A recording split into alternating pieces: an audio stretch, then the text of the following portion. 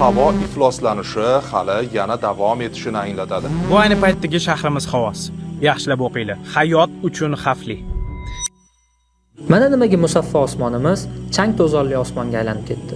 Tabiatdagi har qanday o'zgarish tabiatda hisoblanadi. Ya'ni Alloh tabiatdagi o'zgarishlar orqali odamzodga eslatmalar yuboradi, doimki insonlar o'zlarini isloh qilishi uchun. Buning dunyoviy yechimini juda ko'p yurtdoshlarimiz aytib o'tishdi.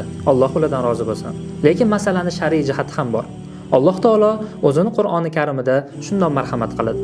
ولو أن أهل القرى آمنوا واتقوا لفتحنا عليهم بركات من السماء والأرض. Agar qishloqlar ahllari iymon keltirganlarida va taqvo qilganlarida edi, biz albatta ularga osmon va yerdan barakotlarni ochib qo'yar edik.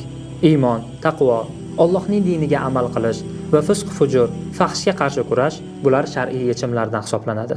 Shuning uchun yurtdoshim, har birimiz mas'ul shaxs sifatida gunohlarimizga tavba qilib, ko'p istig'for etsak, ham oxiratimizga foyda, ham dunyoyimizga.